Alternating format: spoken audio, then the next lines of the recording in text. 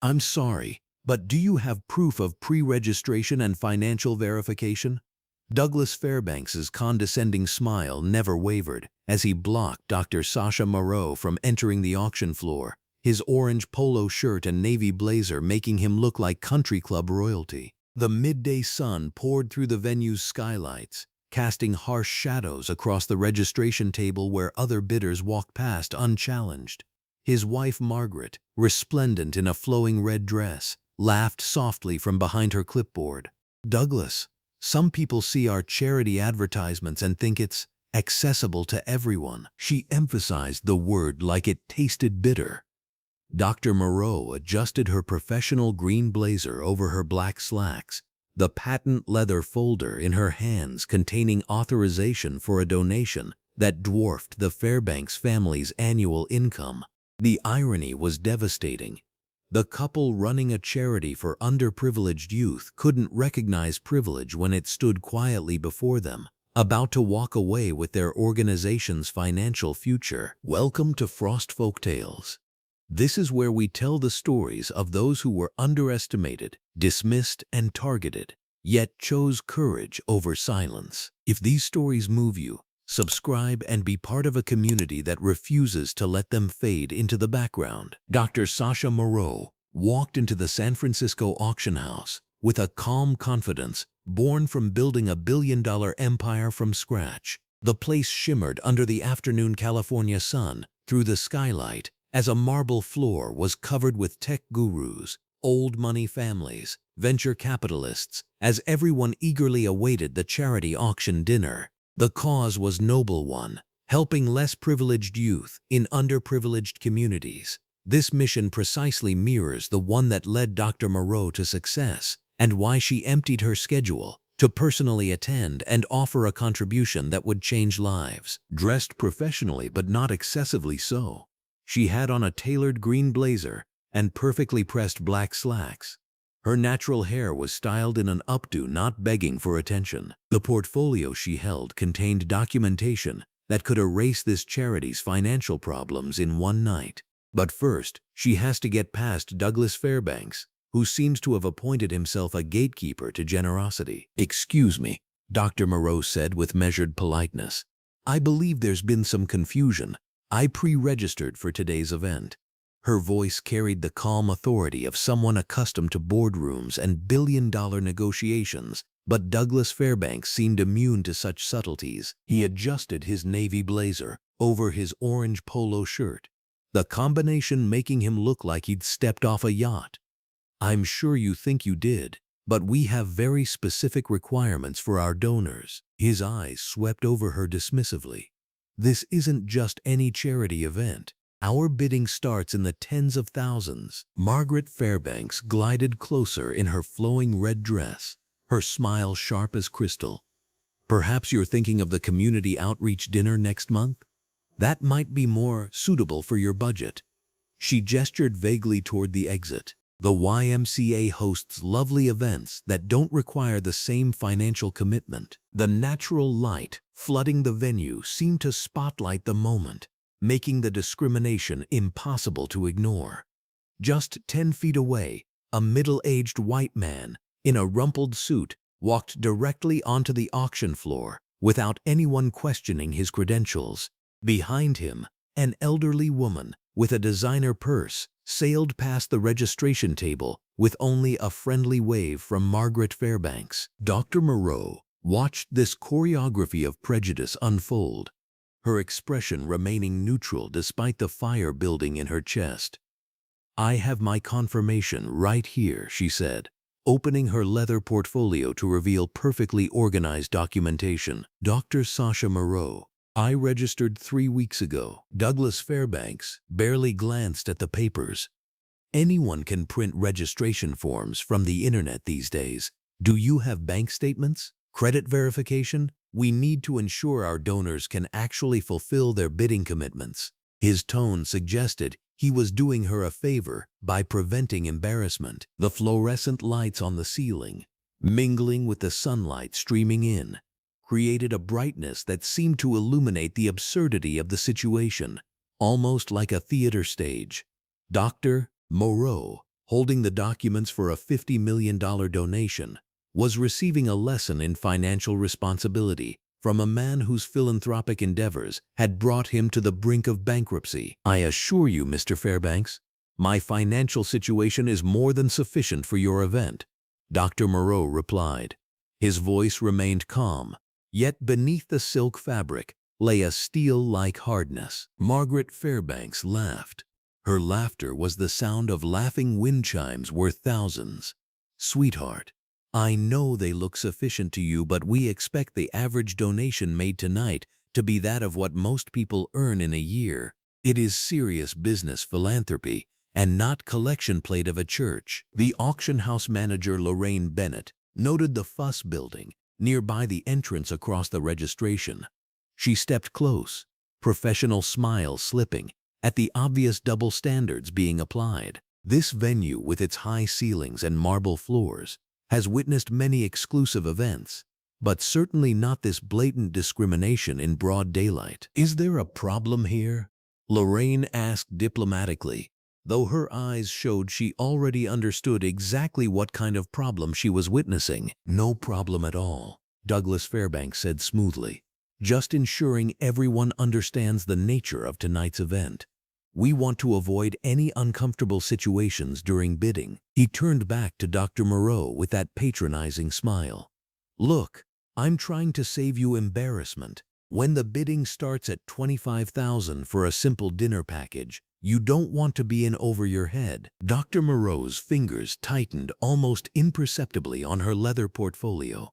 Inside that folder lay authorization from her foundation to donate $50 million, more than double the charity's annual budget, enough to fund their youth programs for the next decade.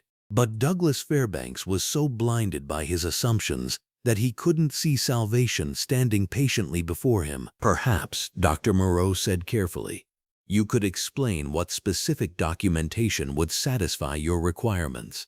I notice other attendees weren't asked for financial verification." Margaret Fairbanks exchanged a knowing look with her husband. "Well, our regular supporters are already known to us. They've proven their commitment to our cause over time." She gestured toward the auction floor, where well-dressed white donors moved freely. "We have relationships with these families. We know their capacity." The implication hung in the air like smog, made more obvious by the brilliant natural lighting that illuminated every facial expression, every microaggression, every moment of this painful theater. Lorraine Bennett shifted uncomfortably, recognizing a public relations disaster in the making. "Mrs. Fairbanks, if the lady has registration documentation—" "It's quite all right," Douglas Fairbanks interrupted. "We're simply being thorough. Now, miss."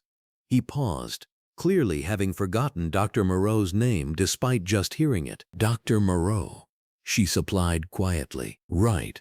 Dr. Moreau, I think perhaps you've confused this with one of our community outreach events. Those are wonderful programs too, very important work. But this particular auction is for our major donor circle." His condescension was so thick, it seemed to refract the sunlight streaming through the skylights above. Dr. Moreau looked past the registration table toward the auction floor, where she could see displays showcasing the youth programs her donation was meant to support. Photographs of young faces, stories of potential waiting to be unlocked, dreams that hung in the balance while Douglas Fairbanks played gatekeeper to his own organization's salvation. "I understand you support youth programs," Dr. Moreau said, her voice carrying a note that made Lorraine Bennett look up sharply. "That's exactly why I'm here." "And we appreciate your interest," Margaret Fairbanks said with syrupy sweetness. "But perhaps you could start with our smaller fundraisers. Build up to something like this. The silent auction at the community center might be more your speed." The natural daylight seemed to intensify, as if the universe itself was highlighting this moment of monumental stupidity. Dr. Moreau stood in a beam of afternoon sun, her green blazer impeccable, her leather portfolio containing the answer to every prayer this charity had ever whispered, while being dismissed by people too prejudiced to recognize a miracle. "Let me be very clear," Dr. Moreau said, her patience wearing thin but her voice remaining controlled. "I am here specifically for this auction. I have legitimate registration. I am prepared to participate meaningfully in tonight's bidding. What exactly is preventing my entry?" The question hung in the air like a challenge, and for a moment, Douglas Fairbanks seemed to realize he was walking on dangerous ground. But his prejudice was stronger than his caution. "Look, I don't want to be indelicate, but this is reality. Our auction items start at prices that might shock someone not accustomed to this level of giving. The naming rights to our new youth center alone will go for multiple six figures. We're talking about serious money here." Dr. Moreau almost smiled at the irony. The youth center he was using as an example of unattainable expense could be fully funded by the interest on her donation for 1 month. But Douglas Fairbanks was so convinced of his own superiority that he couldn't see past his assumptions. Margaret Fairbanks leans forward conspiratorially, as though she wins. To be honest, some of the other donors might not enjoy a crowd that is too diverse. They're nice folks, but they do have expectations with their generosity. The mask was now completely off. The discrimination wasn't even subtle anymore. Just bare prejudice with the fancy garments of charity, dressed up by the sunlight streaming through the skylights of the venue. Dr. Moreau closed her leather portfolio with a soft snap as the bright space filled with a shocking silence. Without challenge, privileged donors continued streaming onto the auction floor, unaware that they were witnessing the moment when their host family destroyed their own financial future. She looked directly at Douglas Fairbanks, memorizing his face for what she was about to do next. "I see. Well, thank you for clarifying your position." Margaret Fairbanks smiled triumphantly and leaned toward the security guard stationed nearby, whispering something that made Dr. Moreau's decision final and irreversible. In her portfolio, a $50 million donation authorization waited in vain, while across the auction floor, youth program displays beckoned with promises that would never be fulfilled.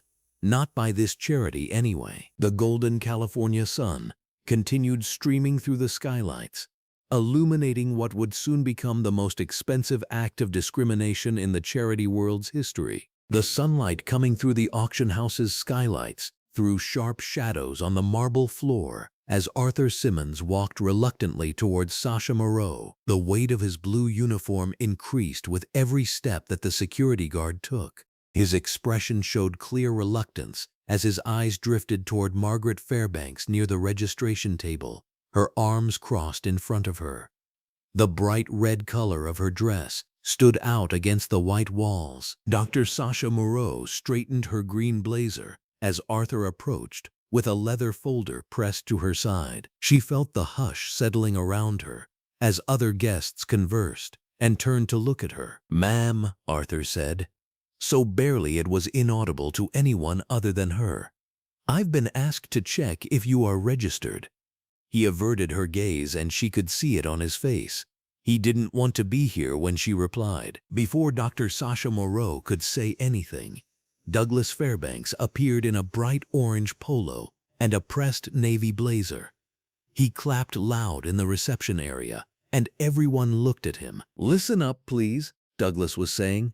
"To ensure everyone's safety and comfort, we ask all our valued donors to please present their appropriate credentials and financial verification before entering the auction floor." Dr. Sasha Moreau observed guests sharing confused looks at one another.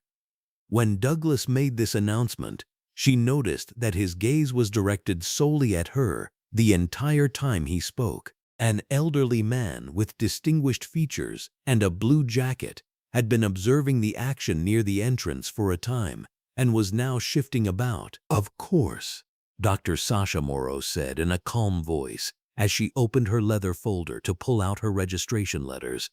"I have everything you need." Arthur looked at the papers which she gave him too carefully under the watch of Douglas. The papers were branded and official and carried all the requisite signatures and confirmations. Arthur said quietly to Douglas, "These seem fine to me, sir. However, he waved it away. Douglas got the documents from Arthur and held them aloft near the light. "You see, Arthur, it's a different world today. Everyone is on the lookout to forge documents right under our noses, with very good forgeries obtainable these days." Margaret Fairbanks glided over in her red dress, her blonde hair like something out of a magazine. She expertly studied the documents. "Oh my, Douglas, I see why you are so concerned. We are simply unable to jeopardize the integrity of our event." Dr. Sasha Moreau maintained her composure, though she felt her jaw tighten slightly. "I can assure you, those documents are completely authentic. I registered 3 weeks ago and received confirmation via email." "Email confirmations can be easily fabricated," Margaret interjected with a condescending smile. "Perhaps there's been some confusion? I'd be happy to direct you to some wonderful community events that might be more, well, appropriate for your situation." Frederick Ashton stepped closer, his blue jacket immaculate as he approached the growing commotion. "Excuse me, Douglas, but I couldn't help but notice that you didn't request verification from any of the other guests who entered before this lady arrived." Douglas's smile faltered for just a moment before returning full force. "Frederick, my friend, we know you and trust your judgment about your guests. We're simply being thorough with our newer registrants." Harriet Caldwell had been observing the scene from near the auction catalog display, her orange blazer bright against the neutral backdrop of the venue. As a progressive member of the charity's board, she found herself increasingly troubled by what she was witnessing. She approached the group, her expression serious. "Douglas, Margaret, perhaps we should move this discussion to a more private setting," Harriet suggested diplomatically. "I'm sure we can resolve any registration concerns without causing a scene." Margaret's laugh was sharp and dismissive. "Oh, Harriet, there's no scene here. We're simply maintaining our standards. Surely you understand the importance of ensuring all our donors are properly vetted." Dr. Sasha Moreau glanced around the reception area, noting how other guests continued to pass freely into the auction room without any requests for documentation. A young couple in expensive clothing walked past, nodding pleasantly at Douglas, who welcomed them warmly without asking for any papers whatsoever. "I notice the standards seem to be applied quite selectively," Dr. Sasha Moreau observed quietly, her voice steady despite the obvious discrimination. Douglas's face flushed slightly, but his smile never wavered. "We have different protocols for different types of registrants. I'm sure you understand that established donors receive certain courtesies." Arthur Simmons shifted uncomfortably in his blue uniform, clearly wishing he could be anywhere else. He had worked security for dozens of these high-end charity events, and he had never seen such obvious targeting of a single individual. Harriet picked one of the auction catalogs from the display nearby. The glossy pages showed what was up for bid. It also had details of what the charity needed and how much it was worth. As she went through it, she grew more distressed. "According to these finances, Douglas, we need tonight's auction to go well," Harriet said. "We are heavily reliant on major donations to keep the youth programs functional, as they are hanging by a thread." Margaret waved them away. "We can't let the wrong people disrupt our donors. Just as we want our supporters to be relaxed, so must our donors." Frederick Ashton's discomfort was becoming more apparent. "I have to say, I'm finding this entire situation rather uncomfortable myself.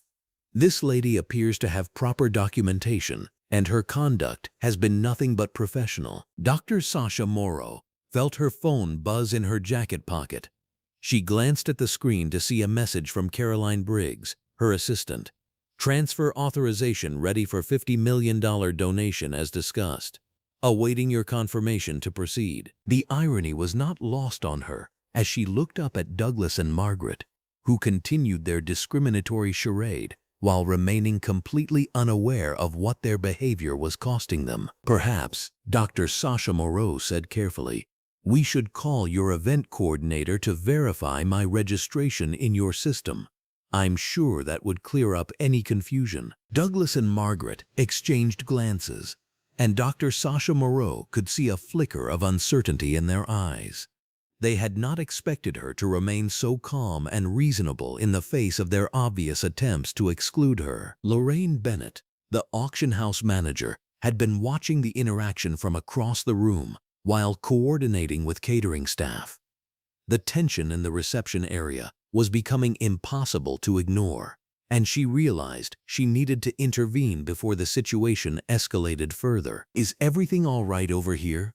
Lorraine asked as she approached, her professional demeanor intact despite the obvious awkwardness of the situation. "Just some registration verification," Margaret replied quickly. "Nothing we can't handle." Harriet looked at the catalog again, noting the financial projections and the desperate language describing the charity's current situation. 3 youth centers were at risk of closing, scholarships were being cut, and the organization was clearly counting on tonight's event to provide crucial funding. Dr. Sasha Moreau, the tech mogul, was an observer of the scene before her. With her analytical mind, she picked up on everything happening around her. Harriet's discomfort with the Fairbanks was becoming increasingly apparent, while Frederick passed a disapproving glance and Arthur did not seem eager to discriminate. "I think I have seen enough here today," Dr. Sasha Moreau said quietly, withdrawn her mobile phone from her jacket pocket. Her finger hovered over Caroline's recent message. The choice she was about to make would change everything for everyone in that room, although only she knew the whole truth. Douglas's attitude suggested he heard the words as a surrender, and his smile became triumphantly. "I suppose that's for the best. I think you understand we have got to maintain some sort of standard for our donors." Margaret nodded approvingly. "Exactly. I'm sure there are other organizations that would be more suitable for your level of participation." Harriet shook her head in disgust. "I cannot believe what I'm hearing. This is completely contrary to everything our charity is supposed to represent." Frederick removed his phone from his jacket pocket. "I think I need to document this interaction. The board should be aware of how potential donors are being treated." Dr. Sasha Moreau looked one more time at the auction catalog Harriet held. Seeing the photos of young people whose programs would be eliminated without adequate funding, she thought about Zoe Hammond and the other youth who would lose their opportunities because of the prejudice and assumptions of 2 people who claimed to care about helping others. Her finger moved across her phone screen, and she typed a brief response to Caroline. "Withdraw authorization. Will explain later. Prepare alternative funding plan for direct youth support." As she hit send, Dr. Sasha Moreau looked up at Douglas and Margaret Fairbanks with calm resignation.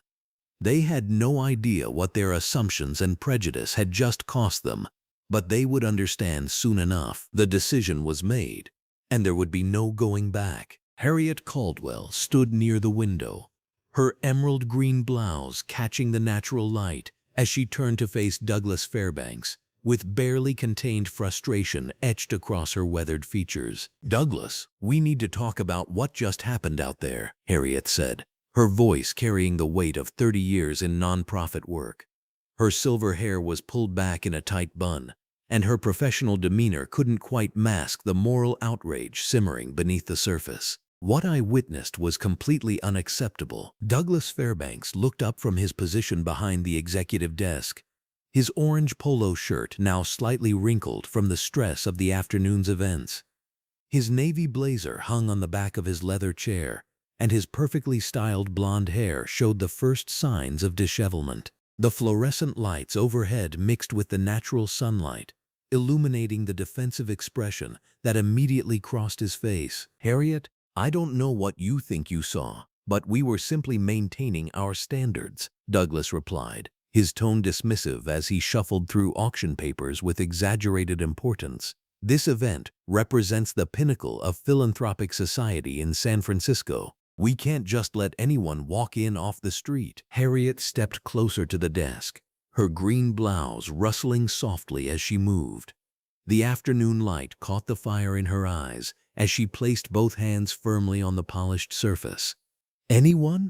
"Douglas, She was professionally dressed, had registration materials, and conducted herself with more dignity than I've seen from half our regular donors. The only difference I could see was the color of her skin. Now that's completely unfair, Douglas shot back, rising from his chair with sudden indignation. His voice carried the entitled tone of someone unaccustomed to having his decisions questioned. We have protocols in place for a reason. Do you have any idea how much money we're handling here? How many important relationships we're managing? I can't have disruptions that might make our established donors uncomfortable. The office door opened with a soft click, and Margaret Fairbanks glided in wearing her flowing red dress, the silk fabric catching the fluorescent lighting as she moved with practiced elegance. Her platinum blonde hair was arranged in an elaborate updo secured with what appeared to be genuine diamond pins, and her smile held all the warmth of winter marble. "Darling," I could hear voices from the hallway, Margaret said, her cultured accent carrying just a hint of condescension as she assessed the situation. "I hope we're not having any unpleasantness before our big evening." Her cold blue eyes fixed on Harriet with the calculating gaze of someone sizing up potential opposition. Harriet turned to include Margaret in her moral stand, the green fabric of her blouse shifting as she gestured toward the door. "Margaret, I was just explaining to Douglas that what happened out there crossed every line of human decency we claim to uphold. We publicly humiliated a woman who came here in good faith." Margaret's perfectly painted lips curved into a smile that never reached her eyes. "Oh, you mean our little screening situation. Harriet, dear, you have to understand that our donors trust us to maintain a certain atmosphere. They come here to feel comfortable, to know they're among their own kind of people. We can't compromise that trust by allowing just anyone to mingle freely." "Their own kind of people?" Harriet repeated, her voice rising with incredulity. The afternoon sunlight streaming through the windows seemed to intensify, as if nature itself was spotlighting the moral bankruptcy of the conversation. "Listen to yourself, Margaret. We're supposed to be supporting underprivileged youth, breaking down barriers, creating opportunities. How can we claim to fight inequality while practicing it in our own venues?" Douglas moved around the desk, his orange polo catching the light as he approached the two women. His face had taken on the flushed appearance of someone whose comfortable worldview was being challenged. "Harriet, you're being incredibly naive. These events work because we understand social dynamics. Our established donors don't want to feel awkward or out of place. They want to see familiar faces, people from their circles. That's how we raise serious money." "And what about the money we might have lost today?" Harriet countered, her moral conviction growing stronger with each word. "Did you ever consider that the woman you turned away might have been a significant donor herself? Did you even look at her registration information before making your assumptions?" Margaret laughed, a sound like crystal breaking against marble. Her red dress swirled as she moved closer to her husband, presenting a united front of privileged indifference. "Harriet, really? Look, I understand your bleeding heart concerns, but we have responsibilities to the people who've supported us for years.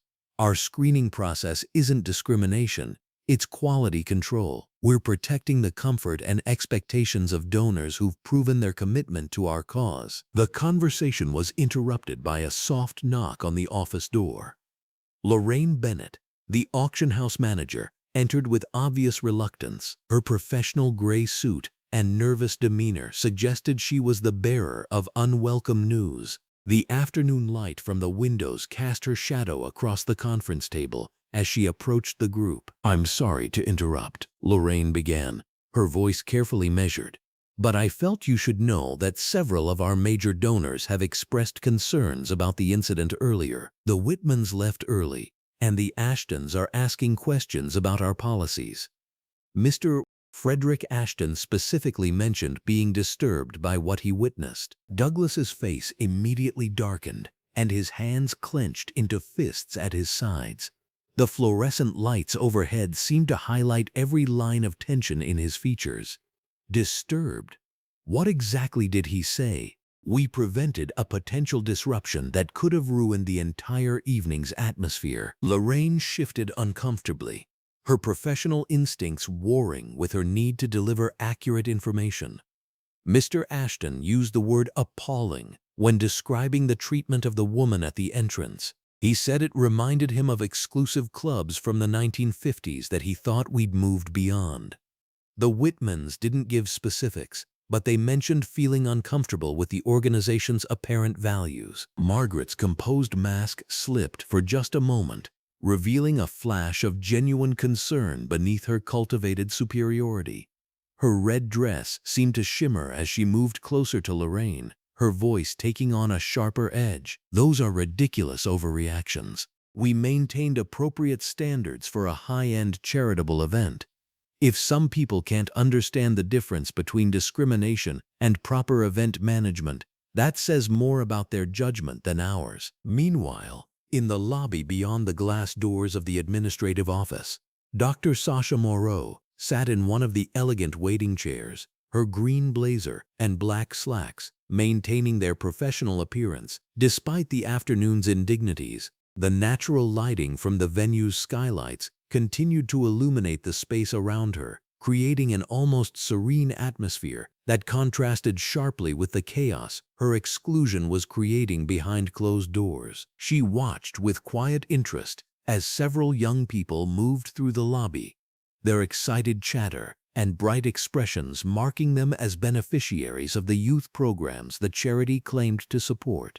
Among them was Zoe Hammond, a vibrant young woman whose infectious enthusiasm and natural leadership qualities were evident even in casual observation. Dr. Sasha Moreau's phone buzzed softly, and she glanced down to see a message from Caroline Briggs, her personal assistant.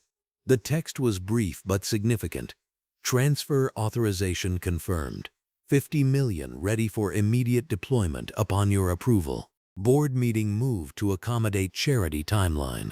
Legal standing by. As Dr. Sasha Moreau read the message, her expression remained calm, but those who knew her well would have recognized the slight tightening around her eyes that indicated major decisions were being crystallized. She slipped the phone back into her jacket pocket and returned her attention to the young people in the lobby, particularly noting how Zoe Hammond was mentoring some of the newer program participants with natural grace and wisdom. Through the glass doors separating the lobby from the main auction hall, Dr. Sasha Moreau could see the beginning preparations for the evening's main event. Staff members in black uniforms moved efficiently through the space, adjusting lighting, testing microphones, and arranging auction displays under the bright fluorescent illumination that bathed the entire venue. Back in the administrative office, the tension was reaching a breaking point as Douglas became increasingly defensive about his actions. His orange polo was now noticeably wrinkled, and his usually perfect hair showed clear signs of stress-induced dishevelment. "I don't care what Frederick Ashton thinks," Douglas declared, his voice rising with each word. "We've built this organization on principles of excellence and exclusivity. Our donors expect a certain caliber of event, and that means making difficult decisions about access and appropriateness. If some people can't understand that, maybe they're not the right fit for our organization either." Harriet stared at him in shock, her green blouse catching the afternoon light as she stepped back from the desk. "Douglas, are you hearing yourself? You're talking about excluding people based on assumptions and prejudices, and you're defending it as if it were a business strategy. This isn't excellence. It's bigotry wrapped in expensive packaging." The conversation was interrupted by the sound of activity from the main auction hall, where the evening's events were officially beginning. Through the office windows, they could see Douglas was expected to serve as the opening speaker and primary auctioneer, his role as the charity's public face requiring his immediate presence. Margaret smoothed her red dress and checked her reflection in the window, preparing to accompany her husband to the auction floor. "We need to focus on tonight's success," she said with renewed composure. "Whatever concerns people might have about our security procedures, they'll be forgotten once they see the amazing work we're supporting." and the incredible opportunities we're creating for deserving young people. As the group prepared to leave the office, none of them were aware that Dr. Sasha Moreau had moved closer to the glass doors, separating the lobby from the auction hall. Her leather folder remained unopened in her lap, containing documentation that could have transformed the charity's financial future and expanded their youth programs beyond their wildest projections. The irony was about to deepen exponentially as Douglas Fairbanks prepared to address the assembled donors about the importance of inclusion, opportunity, and breaking down barriers for underprivileged youth, while the woman carrying their salvation sat excluded in the lobby, quietly observing the very young people his prejudice had potentially betrayed. Douglas Fairbanks stood confidently at the podium, adjusting his microphone with the practiced ease of someone accustomed to commanding attention from wealthy audiences. "Ladies and gentlemen, welcome to our annual charity auction," Douglas announced, his voice carrying across the room with theatrical flair.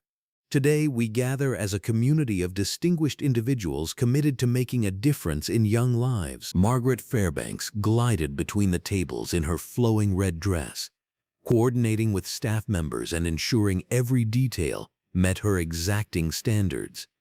Her satisfied smile suggested she believed their earlier screening had created the perfect atmosphere for generous giving. She paused beside each table, whispering encouraging words to familiar faces, while completely unaware of the catastrophic mistake they had made at the entrance. Frederick Ashton, distinguished in his blue jacket, raised his paddle tentatively as the first item came up for bid.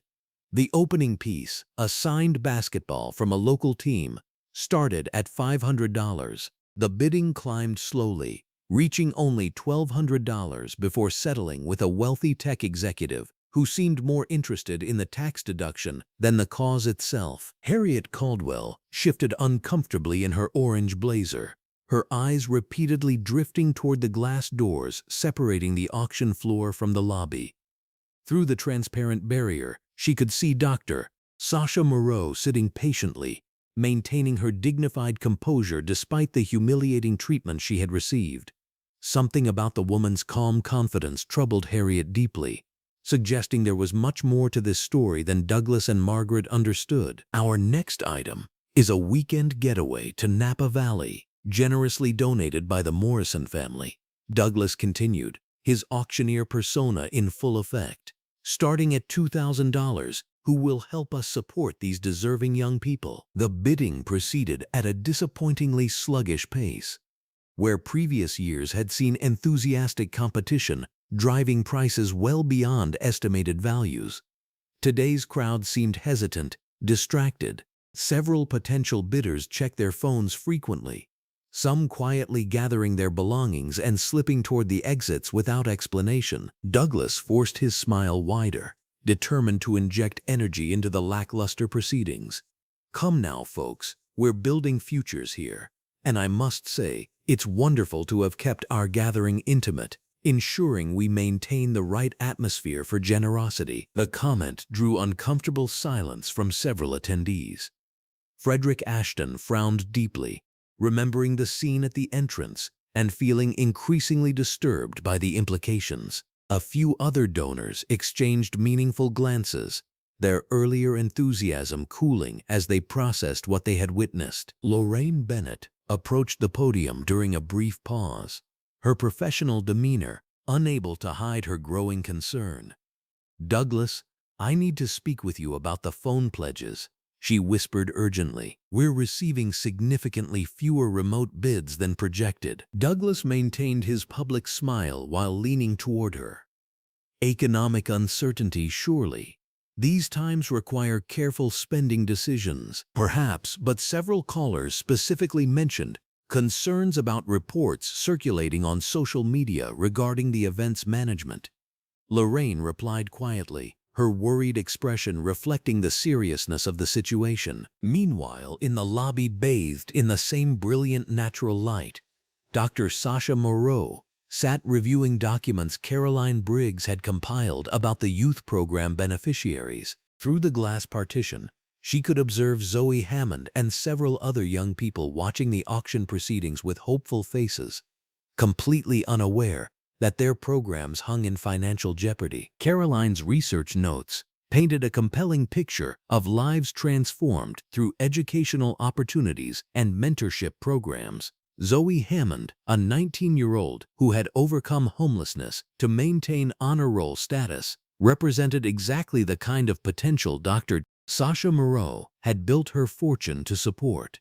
These young people deserved champions who would fight for their futures, not gatekeepers who judged worth by appearance and assumptions. The lobby's glass doors suddenly opened as Samuel Okafor strode through the entrance, his imposing muscular frame evident beneath his perfectly tailored green suit. Dr. Sasha Moreau's legal counsel carried a leather briefcase containing documents that would soon reshape everyone's understanding of the day's events. His arrival had been carefully timed to coincide with a specific moment in her strategic response to the discrimination she had faced. "Dr. Moreau," Samuel said respectfully, approaching her seating area with purposeful steps. "I have the documentation you requested, along with additional research Caroline suggested might prove relevant." Dr. Sasha Moreau accepted the papers with calm professionalism, though her eyes held a steely determination that suggested the Fairbanks family had gravely underestimated the consequences of their prejudiced actions. "Thank you, Samuel. Has everything been properly notarized and filed according to our discussion?" "Every detail has been handled precisely as you instructed," Samuel confirmed, his voice carrying the weight of legal authority. "The timeline and documentation create a comprehensive record that will be difficult for anyone to dispute or dismiss." Back on the auction floor, Douglas was introducing the evening's centerpiece item with considerably more desperation than confidence.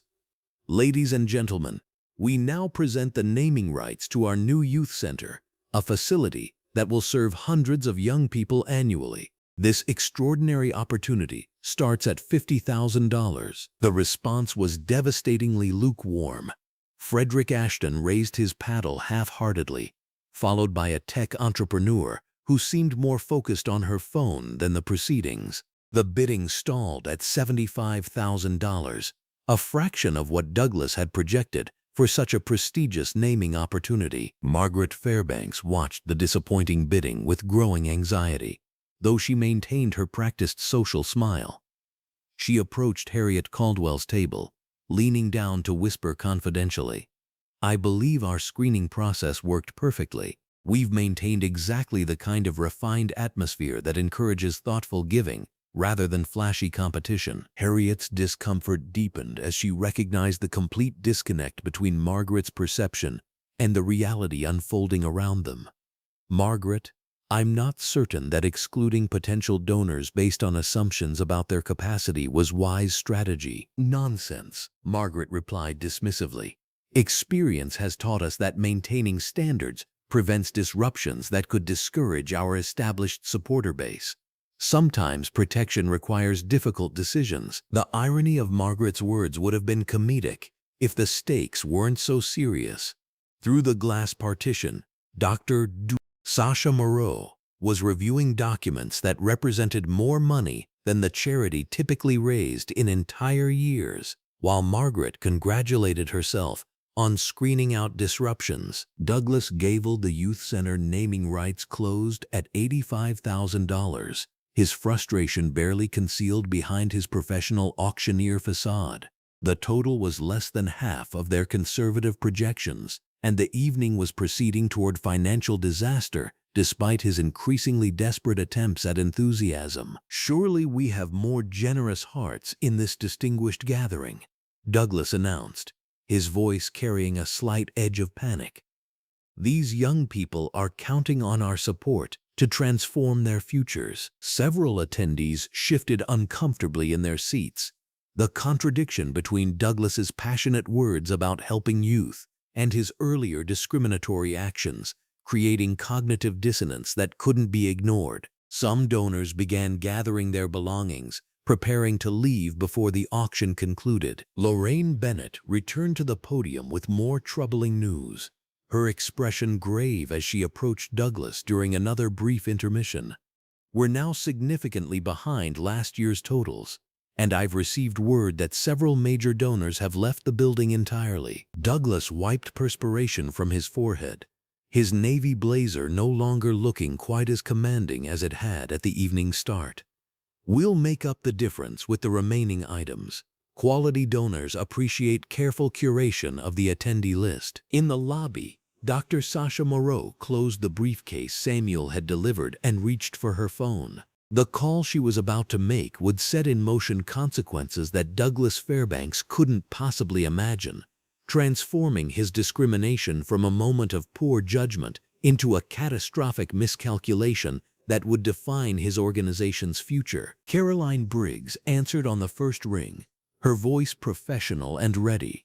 "Dr. Moreau, how would you like to proceed?" "Implement the withdrawal protocol we discussed," Dr. Sasha Moreau said calmly, her words carrying the weight of financial power that could reshape institutions. "Ensure all documentation reflects the timeline and circumstances that led to this decision." As Dr. Sasha Moreau ended her call, the auction floor continued its disappointing performance, with Douglas and Margaret remaining completely unaware that their salvation sat just beyond the glass doors they had so confidently guarded.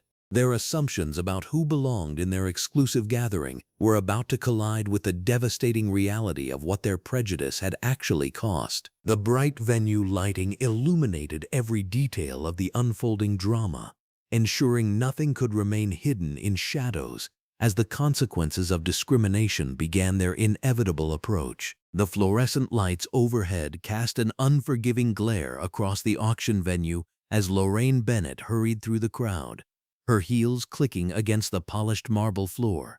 Her usually pristine professional demeanor showed signs of strain as she clutched a tablet displaying the evening's troubling statistics. The natural skylight above filtered afternoon sunlight that mixed with the artificial illumination, creating an atmosphere that felt both bright and somehow ominous. Lorraine spotted Douglas Fairbanks near the registration table, his orange polo shirt now bearing visible wrinkles and sweat stains that betrayed his growing anxiety. His navy blazer hung loosely on his frame as he gestured animatedly to a small group of remaining donors, his voice carrying an edge of desperation that hadn't been there at the beginning of the evening. "Douglas, we need to talk immediately," Lorraine said, her voice low but urgent as she approached.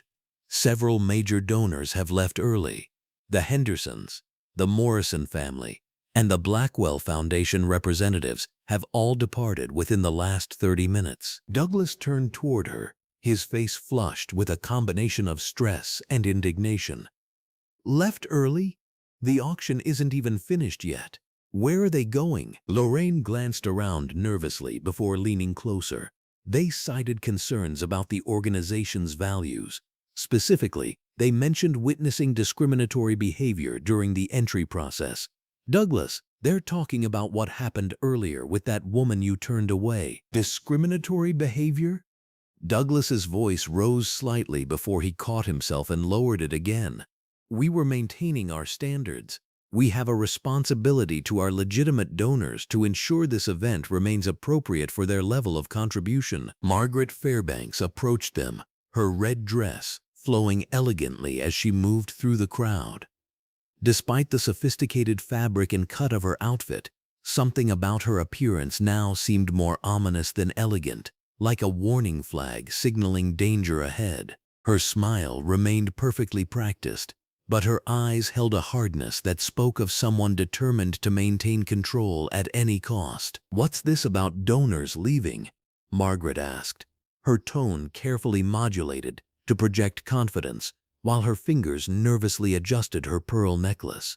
"I thought we agreed that maintaining our standards would ensure donor comfort and increased contributions." "That's exactly what I told Lorraine," Douglas replied, his orange polo stretching across his chest as he crossed his arms defensively. "We protected the integrity of this event. These people leaving are probably just making room for more serious contributors." Across the auction floor, Harriet Caldwell had been watching the exchange with growing concern. Her green blazer caught the overhead lighting as she approached the group, her expression resolute and her posture straightened with newfound determination. As a longtime board member, she had remained quiet about her growing discomfort with the Fairbanks family's management style, but witnessing the evening's events had finally pushed her past her breaking point. "Douglas, Margaret," Harriet said, her voice carrying clearly despite the ambient noise of the continuing auction. "I need to ask you both a direct question, and I expect a direct answer. Why was that professional woman excluded from participating in tonight's auction when she had proper registration documentation?" The question hung in the air under the bright venue lighting, and several nearby donors turned their attention toward the conversation. Margaret's red dress seemed to ripple as she shifted uncomfortably, while Douglas's face grew redder, matching the strain evident in his wrinkled orange polo. "Harriet, I think you're misunderstanding the situation," Margaret began, her voice taking on the patronizing tone she typically reserved for staff members. "We didn't exclude anyone who met our participation requirements. We simply maintained the standards that our donors expect from an event of this caliber." "What standards specifically?" Harriet pressed, her green blazer creating a stark contrast against Margaret's red dress as she stepped closer. "Because from where I stood, the only difference between that woman and the other attendees was her race." Frederick Ashton had been observing the growing tension from his position near the auction display table. Distinguished in his blue jacket, his elderly frame carried the authority of someone who had spent decades in philanthropic circles and had witnessed discrimination in many forms. He approached the group with deliberate steps, his expression grave and his intention clear. "I'm afraid I must support Harriet's concerns," Frederick said, his voice carrying the weight of his years and reputation. "I witnessed the entire interaction at the entrance, and I can confirm that the treatment that woman received was both inappropriate and discriminatory. She presented proper documentation, maintained professional composure, and was subjected to scrutiny that no other attendee faced." Douglas's defensive posture became more pronounced, his orange polo now visibly damp with perspiration as the social pressure mounted.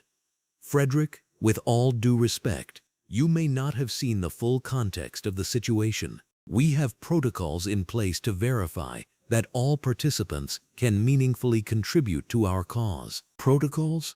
Frederick's eyebrows raised skeptically. "Are these protocols applied equally to all attendees, or only to those who don't fit your visual expectations of wealth?" Meanwhile, in the bright lobby area where natural daylight streamed through large windows, Dr. Sasha Moreau remained seated in a comfortable chair, her green blazer and black slacks maintaining their professional appearance despite the lengthy wait. Her leather folder rested on the side table next to her, its contents representing the solution to every financial challenge the charity faced. Her phone vibrated with an incoming call from Caroline Briggs. Dr. Sasha Moreau answered on the second ring, her voice calm despite the circumstances. "Caroline, what did your research reveal about the organization's finances?" "Dr. Moreau, the information is quite revealing." Caroline's voice came through clearly. "The charity's public filings show that Douglas Fairbanks receives an annual salary of $450,000, while Margaret Fairbanks draws $300,000 as co-director. Together, their compensation represents nearly 30% of the organization's total budget." Dr. Sasha Moreau's expression remained neutral, but her fingers tightened slightly around the phone. "What about their program effectiveness?" "That's where it gets interesting. Only 42% of donations actually reach the youth programs. The rest goes to administrative costs, which include not just the Fairbanks salaries, but also their travel expenses, entertainment budgets, and what they classify as donor cultivation activities. Based on their spending patterns, they're essentially running a lifestyle business disguised as a charity, and their current financial situation desperate. They have less than 3 months of operating capital remaining, and tonight's auction was projected to provide the minimum funding needed to continue operations through the next fiscal year. Without a major contribution tonight, they'll be forced to close several youth programs immediately. Dr. Sasha Moreau absorbed this information while watching the auction continue through the glass doors separating the lobby from the main venue. Caroline, please have Samuel prepare the official withdrawal documentation. I want everything properly recorded. As if summoned by her words, Samuel Okafor appeared in the lobby entrance, his muscular frame evident beneath his perfectly tailored green suit. As Dr. Sasha Moreau's legal counsel, Samuel had handled numerous high-stakes situations, but his expression suggested particular satisfaction with the documents he carried. Dr. Moreau, Samuel said, approaching with confident strides, I've prepared comprehensive withdrawal documentation that not only cancels your intended donation, but creates an official record of the discriminatory treatment you received. This documentation will be filed with the State Charity Oversight Board and will become part of the organization's permanent record. Dr. Sasha Moreau accepted the leather portfolio Samuel extended, reviewing the meticulously prepared legal documents. This clearly establishes the timeline of events and the specific actions that led to the withdrawal. Absolutely. The documentation includes witness statements, video evidence from the venue's security cameras, and a detailed account of the discriminatory practices observed. This creates legal protection for your foundation while establishing a clear record of why the donation was withdrawn. As Dr. Sasha Moreau reviewed the papers, a young woman approached hesitantly.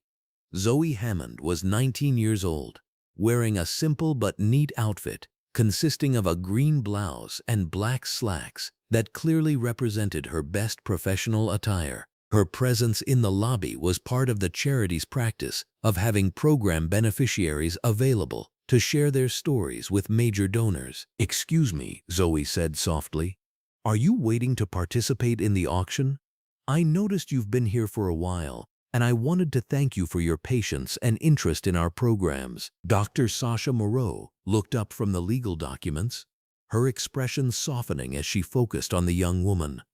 Hello, Zoe. Yes, I was hoping to participate tonight, but circumstances have prevented that from happening. You know my name? Zoe asked, surprised but pleased. I make it a practice to research the people and programs I hope to support. Your story is particularly inspiring. You've overcome significant obstacles to reach your current position in the youth leadership program. Zoe's face lit up with genuine pride. The program has changed my life completely. Before I joined, I was struggling in school, dealing with family problems, and honestly didn't see much hope for my future. But the mentorship, the educational support, and the leadership opportunities have shown me possibilities I never imagined. Tell me more about what the program means to you and the other participants. It's everything, Zoe said, settling into a nearby chair as her enthusiasm grew. We have 43 young people currently enrolled, ranging from ages 14 to 21. Most of us come from single-parent households or challenging family situations. The program provides academic tutoring, job training, college preparation, and most importantly, adults who believe in us and refuse to give up on us. Dr. Sasha Moreau found herself genuinely engaged with Zoe's story, seeing reflections of her own journey in the young woman's experiences. What challenges do you still face? Funding is always uncertain. We never know from year to year whether the program will continue. Some of the kids have been in the program for 3 years, building relationships and making progress, only to worry constantly about whether the support will disappear. And honestly, sometimes I think the people running the charity don't really understand what our lives are like or what we need to succeed. This last comment resonated deeply with Dr. Sasha Moreau, who had experienced similar disconnects between well-meaning but out-of-touch leadership and the communities they claimed to serve. What would you change about how the program operates? I'd want the leadership to actually spend time with us, to understand our backgrounds and challenges.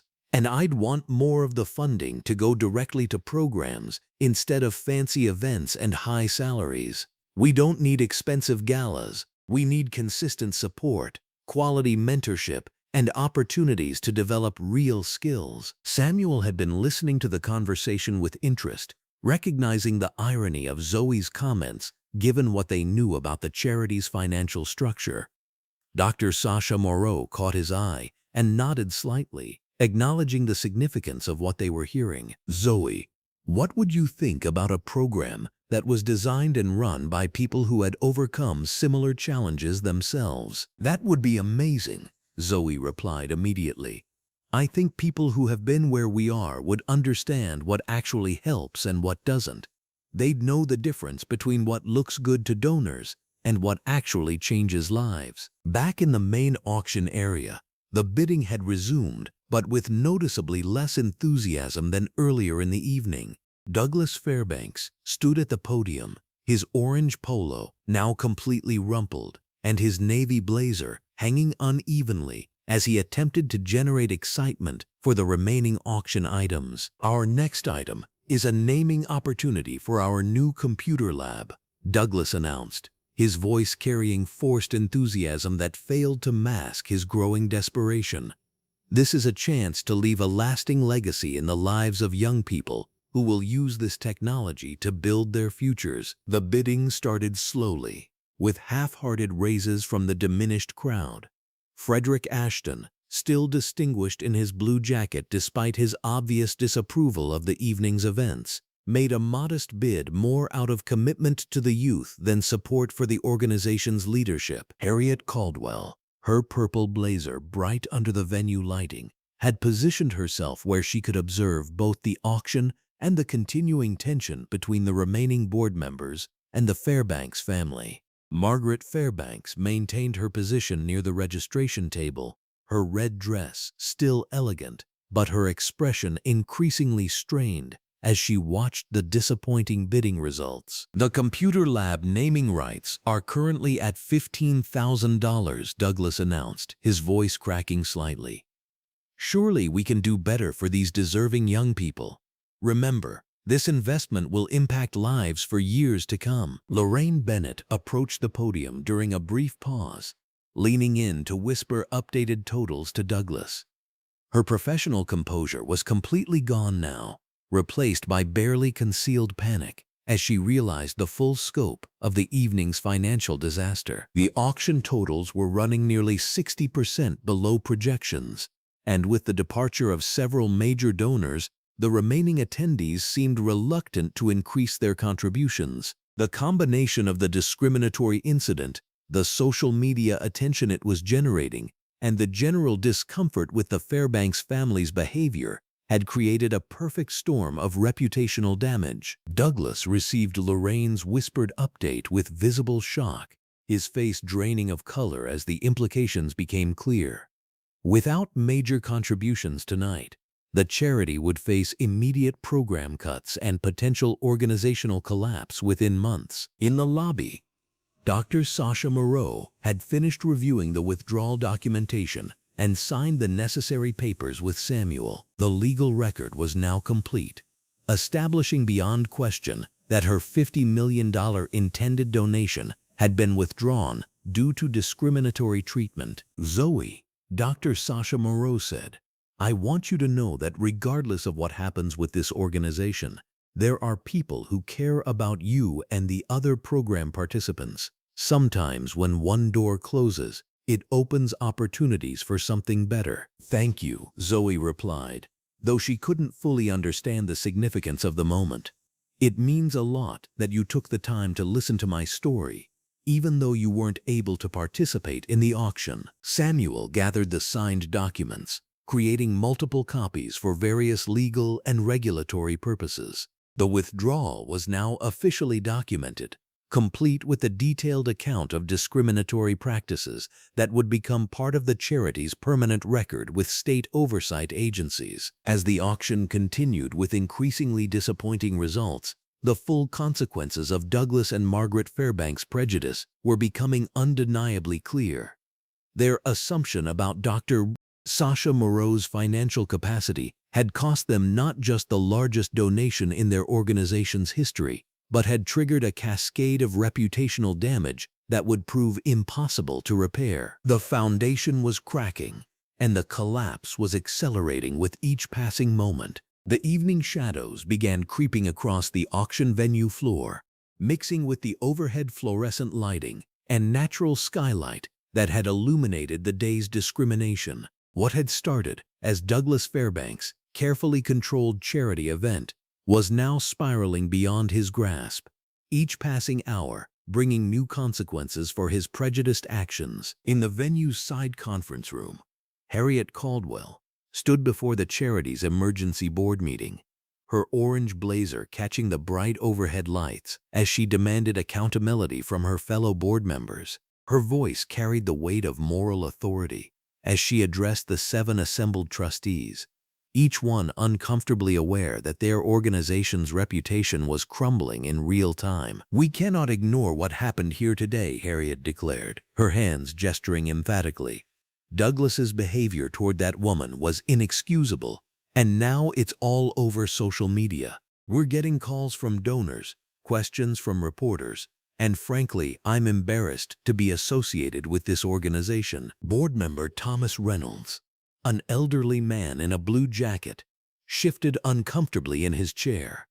"Harriet, perhaps we should hear Douglas's side before making any rash decisions. These charity events can be stressful, and maintaining proper protocols is important." "Proper protocols?" Harriet's voice rose with indignation.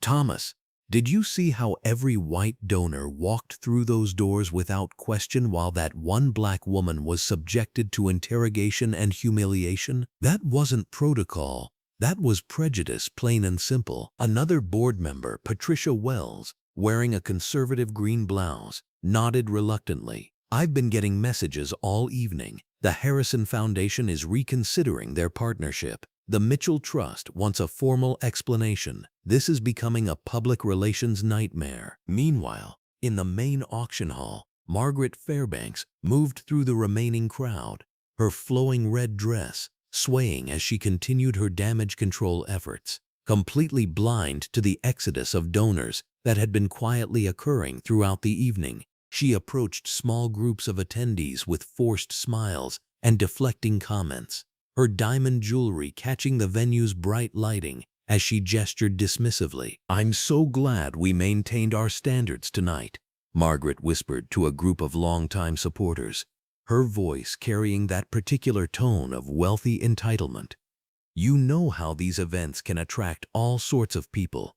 Douglas and I work so hard to ensure our donors feel comfortable and safe in their generosity." Mrs. Catherine Hoffman, a distinguished elderly woman in an elegant blue jacket, raised an eyebrow at Margaret's comments. "Safe from what exactly, Margaret? That woman seemed perfectly respectable to me. In fact, she was more professionally dressed than half the people who walked right through." Margaret's smile tightened. "Well, Catherine, you have to understand that we have a responsibility to our established donor community. We can't just let anyone claim they belong at these exclusive events. Our reputation depends on maintaining certain standards." But even as Margaret spoke, Frederick Ashton was making his way toward the venue's exit, his distinguished presence in his tailored blue jacket commanding attention from other departing donors. He paused at the registration table where Lorraine Bennett was frantically trying to reconcile the evening's disappointing numbers. "Lorraine," Frederick said, his voice carrying decades of philanthropic authority, "please make sure Douglas receives my message clearly. The Ashton Family Foundation is withdrawing all future support from this organization unless immediate action is taken to address tonight's discrimination. What I witnessed was unconscionable, and I will not have my family's name associated with such behavior." Lorraine Bennett nodded nervously, her professional composure cracking under the weight of multiple donor complaints. "Mr. Ashton, I understand your concerns, and I assure you the board will address this matter promptly." "See that they do," Frederick replied firmly. "I've been supporting charitable causes for 40 years, and I've never seen such blatant prejudice disguised as protocol. That woman deserved better, and frankly, so do the young people this charity claims to serve." Back in the venue's lobby area, Dr. Sasha Moreau sat patiently in her green blazer and black slacks, her leather folder resting on the table beside her as she reviewed documents with Samuel Okafor.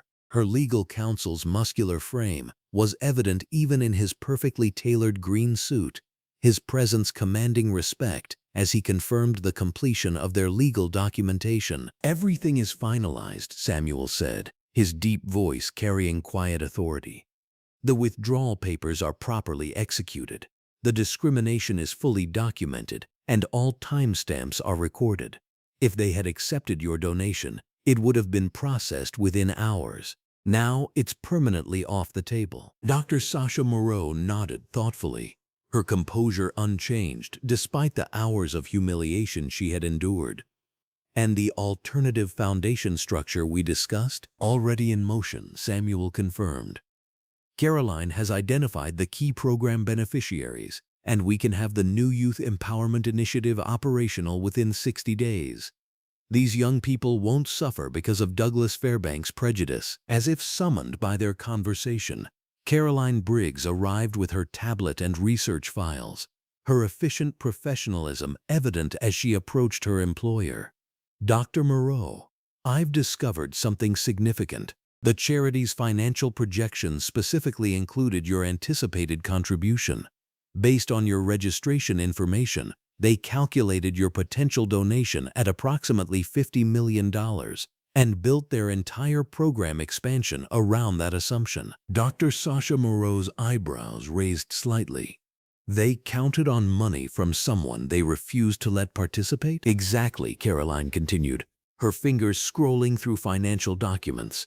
"Their youth program expansion, the new facility construction, even Douglas Fairbanks' salary increase for next year all assumed your donation would come through. Without it, they're not just missing a contribution, they're facing immediate program cuts and potential bankruptcy." Across the venue, Lorraine Bennett was discovering this same devastating information as she frantically searched the registration database, trying to understand why their evening totals were so catastrophically low. Her fingers trembled as she typed Sasha Moreau into the search function, and when the results appeared on her screen, her face went pale under the bright overhead lighting. The database entry showed not just Dr. Sasha Moreau's registration, but her corporate affiliations, her foundation connections, and most importantly, her documented history of major charitable contributions. Lorraine's eyes widened as she realized they hadn't just rejected a random attendee.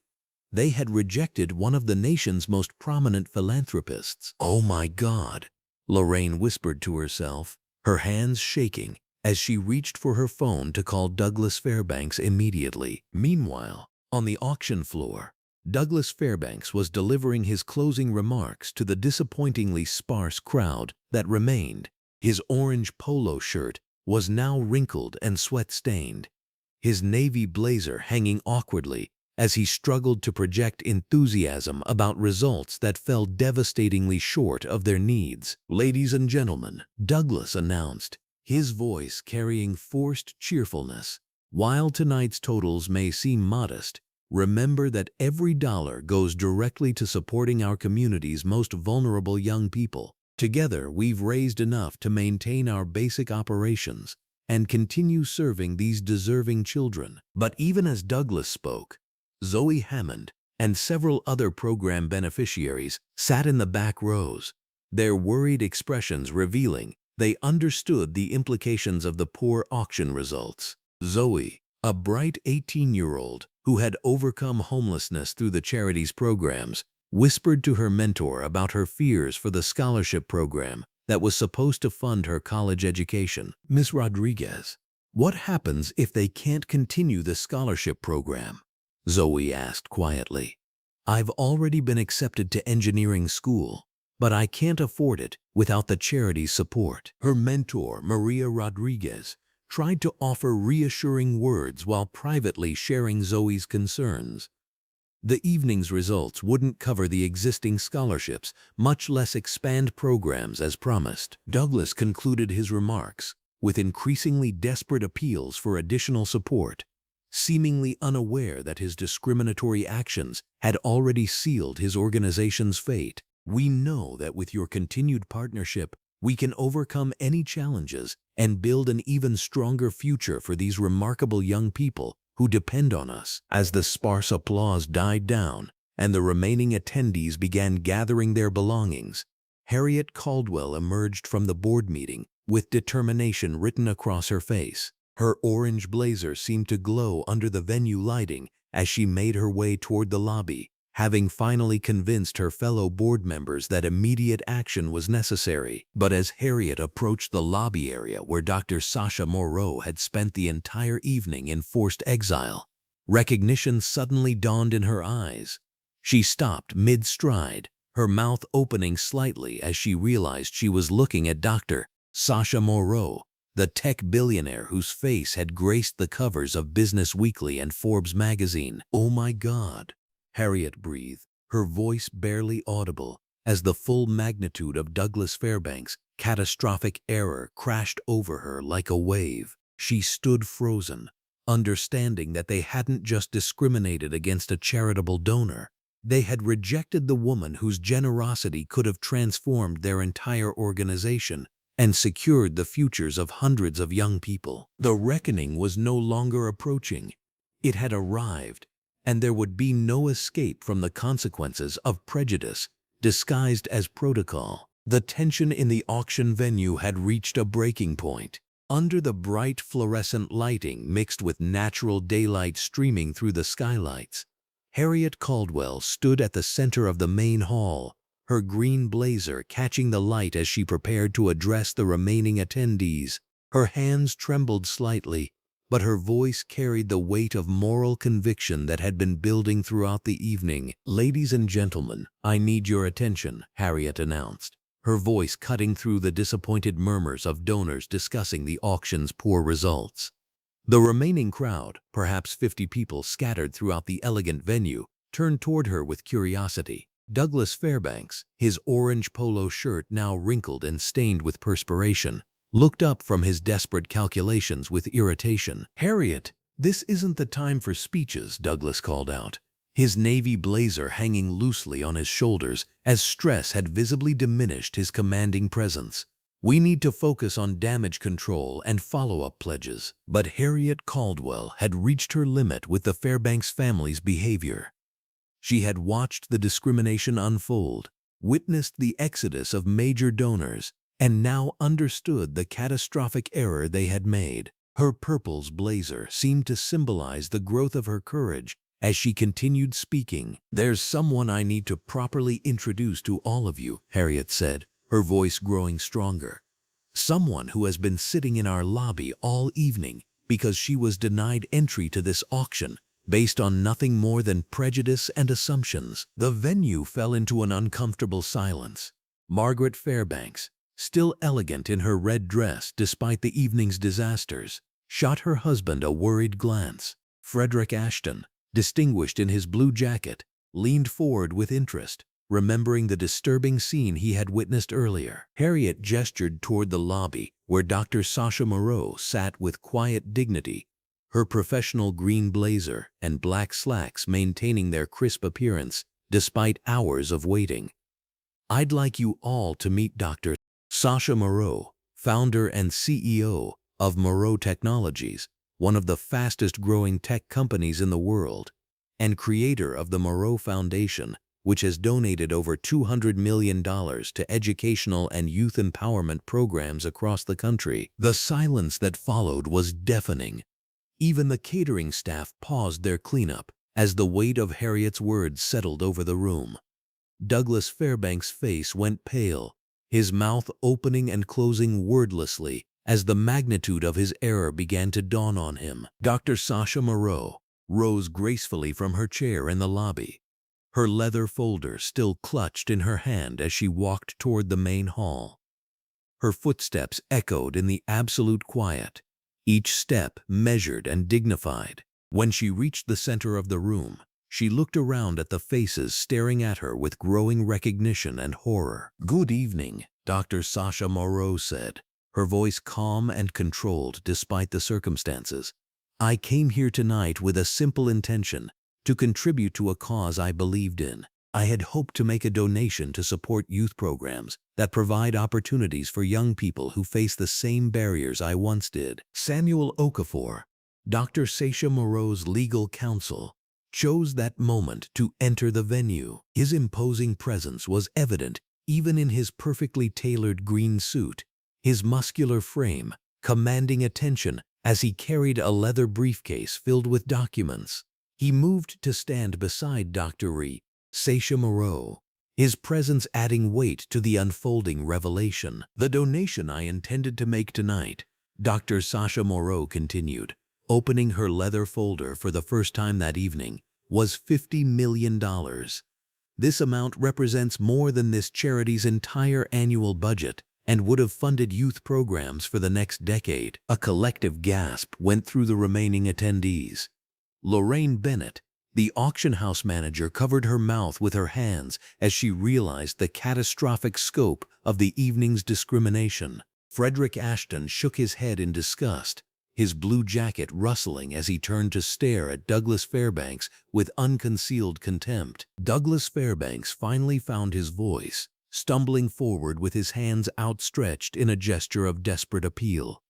His orange polo shirt was now completely disheveled, and sweat beaded on his forehead under the bright lighting. "Dr. Moreau, please, there's been a terrible misunderstanding," he stammered, his previous arrogance completely evaporated.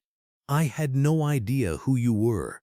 If you could just give us another chance, we can make this right. The donation can still happen." But Samuel Okafor was already moving, his green suit impeccable, as he approached Lorraine Bennett with an official document.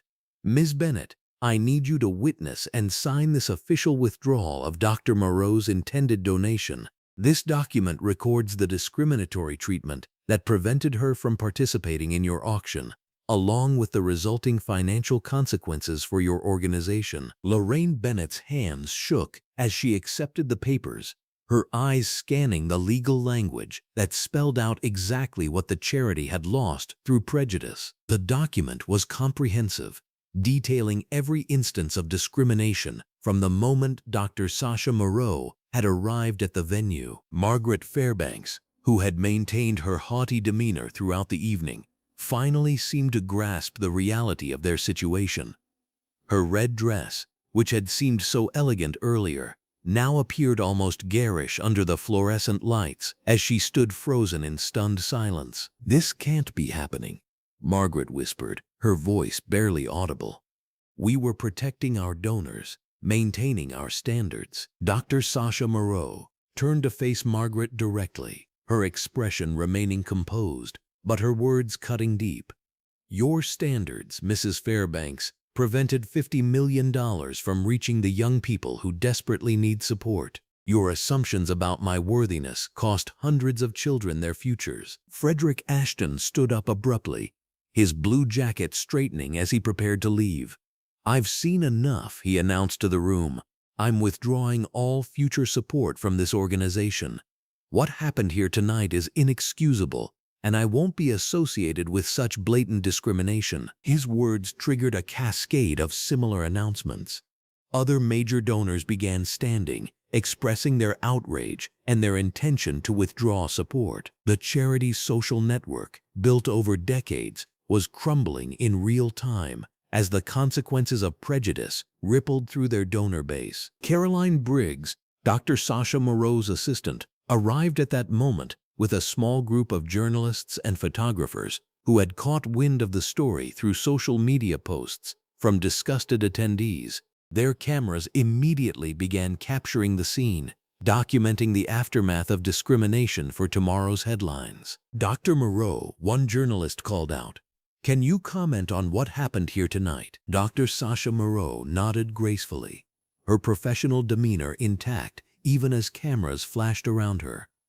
"What happened tonight is unfortunately not uncommon. Assumptions about people based on appearance, race, or perceived social status continue to cost organizations and communities the very resources they claim to need." Douglas Fairbanks made another desperate attempt to salvage the situation, dropping to his knees in front of Dr. Sasha Moreau, in a display that would have been pathetic if it weren't so well-deserved. Please, Dr. Moreau, I'm begging you. The youth programs will die without major funding. These kids will lose everything because of my mistake. Dr. Sasha Moreau looked down at him with a mixture of disappointment and resolve. Mr. Fairbanks, your mistake was not an accident. It was a choice based on prejudice. The children won't suffer because of your decision, but they won't benefit from your organization either. She turned to address Zoe Hammond and the other youth program beneficiaries who had been watching the scene unfold with growing confusion and worry. Her voice became warmer, more personal, as she spoke directly to them. Your programs will continue, Dr. Sasha Moreau assured them, but they'll be run by people who understand that opportunity should be available to everyone, regardless of what they look like or where they come from.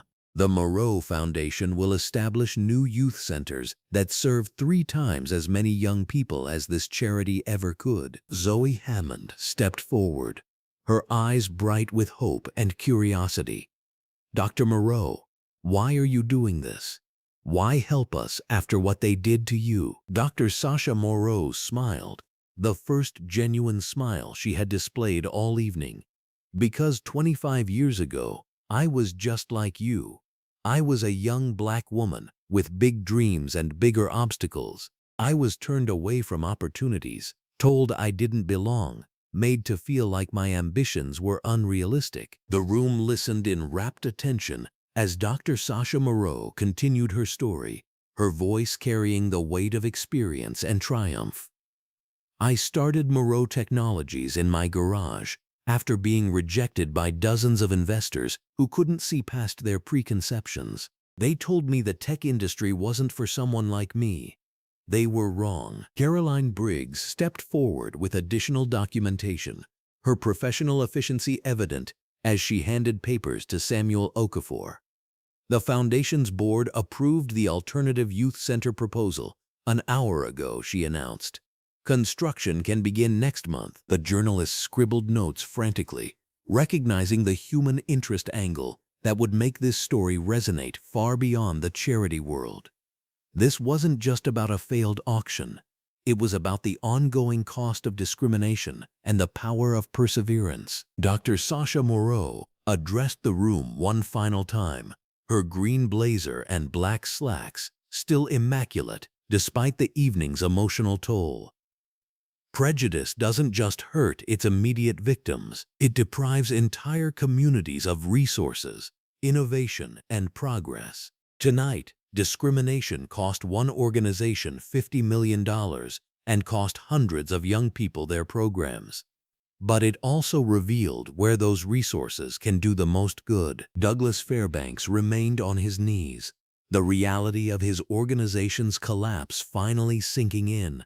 His orange polo shirt was soaked with perspiration, his navy blazer wrinkled beyond repair, mirroring the destruction of his charity's reputation and future. Margaret Fairbanks sat heavily in a nearby chair, her red dress pooling around her as she stared at the withdrawal documents that spelled out their financial doom. The charity that had been her social crown jewel was finished, destroyed by the very prejudices they had claimed to rise above. As the media continued their documentation and the remaining donors filed out in disgust, Dr. Sasha Moreau gathered Zoe Hammond and the other program beneficiaries around her. Her transformation from excluded outsider to empowered philanthropist was complete, but her focus remained on the young people who would benefit from justice finally served. The bright fluorescent and natural lighting that had illuminated the evening's discrimination now shone down on a scene of accountability and new beginnings. Truth had been revealed, consequences had been delivered, and hope had been restored to those who deserved it most. 6 months had transformed everything. The morning sun streamed through floor-to-ceiling windows of the Moreau Youth Empowerment Center, casting golden rays across polished concrete floors where young voices echoed with possibility. Dr. Sasha Moreau stood in the main atrium, her green blazer and black slacks reflecting the professional excellence that had built her empire. watching dozens of teenagers engage in coding workshops, financial literacy classes, and entrepreneurship seminars. Dr. Moreau, we're ready for you. Zoe Hammond approached with confidence that hadn't existed 6 months ago. The young woman who once worried about program cuts now wore a sharp green pantsuit, her new role as program director evident in every purposeful step. Her transformation from beneficiary to leader embodied everything Dr. Sasha Moreau had envisioned when discrimination forced her to find a better path. The irony wasn't lost on Dr. Sasha Moreau. Douglas Fairbanks' prejudice had inadvertently led to something far more powerful than a simple donation check. Where the old charity served maybe 50 youth annually, the Moreau Center was already impacting over 300 young people, with expansion plans that would triple that number within 2 years. The dedication ceremony is about to begin, Zoe continued, her voice carrying the authority of someone who'd found her calling. Channel 7 and the Chronicle want interviews afterward. Everyone's eager to hear how this all started. Dr. Sasha Moreau smiled, remembering that humiliating afternoon when she'd been blocked from entering a charity auction. The memory no longer stung with anger but gleamed with gratitude for the clarity it had provided. Sometimes the universe's greatest gifts came wrapped in its ugliest moments. Harriet Caldwell hurried across the atrium, her blue jacket marking her transition from conflicted board member to passionate advocate. As the new board chair of the Moreau Youth Foundation, she'd thrown herself into creating the inclusive environment the previous charity had only claimed to champion. Dr. Moreau, the mayor, just arrived, and Frederick Ashton brought 3 more potential coalition partners, Harriet reported, slightly breathless with excitement. The model you've created here is generating interest from cities across the country. Phoenix wants to implement the full program, and Detroit is ready to commit funding. The transformation in people had been as remarkable as the institutional changes. Harriet, once trapped in an organization that compromised her values, now radiated the energy of someone aligned with her purpose. Frederick Ashton, the elderly donor who'd witnessed the auction discrimination, had become one of Dr. Sasha Moreau's most effective advocates, using his network to expand their reach exponentially. "Ma'am," Samuel Okafor's commanding presence filled the space as he approached in his tailored green suit, his muscular frame carrying a leather portfolio thick with documentation. "The impact, reports you requested. The numbers exceed even our optimistic projections." Dr. Sasha Moreau accepted the portfolio, scanning metrics that told a story of transformation. Where Douglas Fairbanks' charity had struggled to place a dozen youth in internships annually, the Moreau Center had already secured over 100 placements with tech companies, financial firms, and social enterprises. The scholarship fund had grown to $15 million, supporting not just local students, but creating a pipeline for underrepresented young people nationwide. "The legal settlements from the Fairbanks situation have been finalized," Samuel continued, his professional tone carrying a note of satisfaction. "The fraud investigation revealed systematic misappropriation of donor funds. Douglas and Margaret Fairbanks are facing federal charges, and the additional recovered funds have been redirected to youth programs across the state." Justice had indeed been thorough. The charity auction that excluded Dr. Sasha Moreau became the catalyst for exposing years of financial manipulation. Douglas Fairbanks' discriminatory behavior had drawn scrutiny that revealed his organization's rotten core. The man who'd questioned Dr. Sasha Moreau's legitimacy had seen his own empire crumble under investigation. Caroline Briggs approached with her tablet, displaying a coordination dashboard that would have impressed any Fortune 500 company. As Dr. Sasha Moreau's assistant, she'd evolved into a strategic coordinator managing the national expansion of their model. "We have 12 cities ready to launch Moreau centers within the next 18 months, Caroline reported, her green blouse and black pants reflecting the professional standard Dr. Sasha Moreau encouraged but never demanded. "The partnership agreements are structured to maintain our core values while adapting to local needs." Each center commits to serving underrepresented communities with zero tolerance for discrimination. Dr. Sasha Moreau nodded, thinking about how prejudice had inadvertently created a national movement. Douglas Fairbanks' narrow vision of who deserved opportunity had inspired a model that explicitly welcomed everyone his charity had excluded. Lorraine Bennett emerged from a conference room where she'd been training new staff on inclusive practices. Her transition from auction house manager to foundation operations director represented another successful transformation. Where she'd once deferred to discriminatory authority, she now wielded her experience to ensure transparent, equitable operations. Dr. Moreau, the financial transparency protocols are fully implemented. Lorraine reported with pride that hadn't existed in her previous role. Every donation, expenditure, and impact metric is publicly accessible.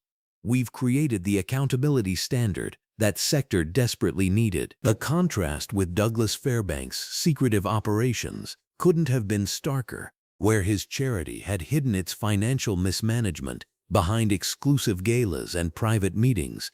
The Moreau Foundation published quarterly impact reports and maintained open-book policies that had become the industry gold standard. Through the massive windows, Dr. Sasha Moreau could see the courtyard where young entrepreneurs were pitching business ideas to a panel that included Frederick Ashton and several venture capitalists he'd recruited. The elderly man who'd witnessed the auction discrimination had become a fierce advocate for inclusive opportunity, leveraging his network to create pathways that systematic prejudice had historically blocked. 5 minutes to ceremony, Dr. Moreau, Zoe announced, her confidence infectious as she coordinated final details.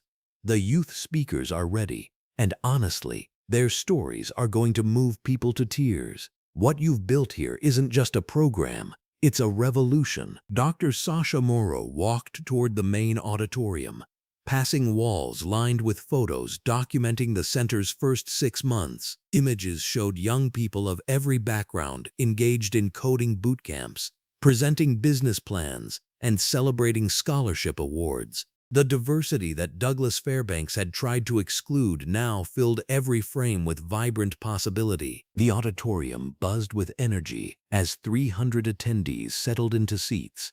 Dr. Sasha Moreau recognized faces from that disastrous auction, but the dynamics had completely shifted. Frederick Ashton sat in the front row beside other major donors who joined the Coalition for Systemic Change. Harriet Caldwell coordinated with board members who shared genuine commitment to the mission rather than social status. Notably absent were Douglas and Margaret Fairbanks, whose legal troubles had become a cautionary tale about the consequences of discrimination and fraud. The charity they'd controlled had dissolved within weeks of the auction, its remaining assets redirected to legitimate youth programs across the region. Zoe Hammond stepped to the podium, her transformation from worried program beneficiary to confident leader, embodying the center's mission. 6 months ago, many of us faced an uncertain future as programs were cut and opportunities disappeared. Today, we celebrate not just survival, but transformation. The audience responded with applause that carried emotional weight. These weren't polite society claps, but genuine appreciation from people who understood struggle and valued authentic change. Our founder, Dr. Sasha Moreau, could have simply written a check and walked away when she encountered discrimination. Zoe continued, her voice strengthening with each word.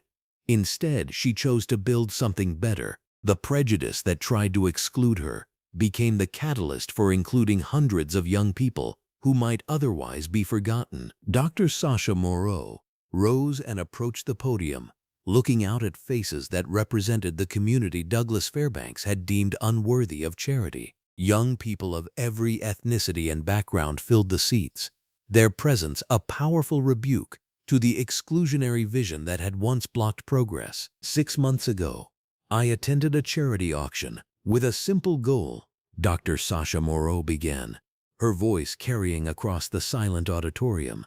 I wanted to support youth programs with a $50 million donation. Instead, I encountered discrimination that revealed something more important than any single contribution could address. The audience leaned forward, understanding they were hearing the origin story of their opportunity. Douglas Fairbanks and his organization judged worthiness by appearance, wealth, and social connections. Their prejudice blinded them to potential contributions and authentic need, but their discrimination taught me something valuable about where change actually happens. Dr. Sasha Moreau paused, looking at Zoe Hammond, whose journey from beneficiary to leader illustrated the power of inclusive opportunity. Real change doesn't come from charity that reinforces existing hierarchies. It comes from justice that creates new possibilities. The Moreau Centers represent more than youth programs. They're proof that when discrimination tries to block generosity, we can build something better than what prejudice protected. Applause erupted with intensity that reflected personal investment rather than social obligation. These people understood exclusion and valued inclusion in ways that Douglas Fairbanks' exclusive circles never could. Samuel Okafor joined Dr. Sasha Moreau on stage with impact documentation that quantified their success. "The numbers tell a story of transformation," he announced, his commanding presence emphasizing each statistic. 300 youth served in 6 months, 100 internship placements, 15 million in scholarship commitments, 12 cities ready to replicate the model. The figures represented more than program metrics. They documented opportunities that discriminatory gatekeeping had historically prevented. Caroline Briggs presented the national expansion timeline, showing how prejudice encountered in one auction had sparked a movement reaching from San Francisco to Miami. Each new center committed to the inclusion that Douglas Fairbanks had rejected, creating a network where discrimination became impossible rather than inevitable. Frederick Ashton took the microphone, his blue jacket and dignified bearing lending authority to his words. "I witnessed the discrimination that started this transformation. Douglas Fairbanks' prejudice wasn't just morally wrong, it was strategically stupid. He rejected the very generosity his organization desperately needed." The audience understood the irony. Discrimination hadn't just harmed Dr. Sasha Moreau, but had destroyed the charity that practiced it. "Today we celebrate what happens when justice replaces prejudice," Frederick continued.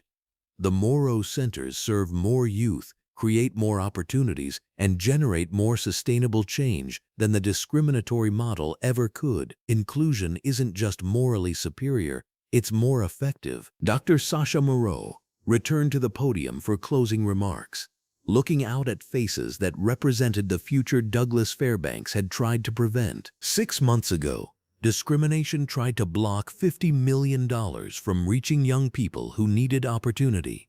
Today, we've mobilized over $200 million in commitments because we chose justice over exclusion. Prejudice is ultimately self-defeating. It rejects the very resources it needs to survive. The standing ovation lasted several minutes, with young people leading applause that older donors enthusiastically joined. The energy was infectious, transformative, and sustainable in ways that exclusive charity events never achieved. As the ceremony concluded, Dr. Sasha Moreau watched Zoe Hammond coordinate follow-up meetings with the confidence of someone who'd found her calling. Harriet Caldwell scheduled coalition strategy sessions with infectious enthusiasm. Frederick Ashton exchanged contacts with venture capitalists eager to fund inclusive entrepreneurship. The transformation was complete, but not finished. Douglas Fairbanks' discrimination had inadvertently launched a movement that would outlast and outperform any charity auction. Standing in the sunlight streaming through those massive windows, Dr. Sasha Moreau understood that sometimes history's greatest victories begin with its ugliest defeats. Prejudice had tried to exclude her generosity and had instead unleashed justice that would reshape opportunity for generations. You just heard a story that history tried to overlook. If it stayed with you, take a second to stand with it. Subscribe, share, and help us keep telling the stories that deserve light, not silence.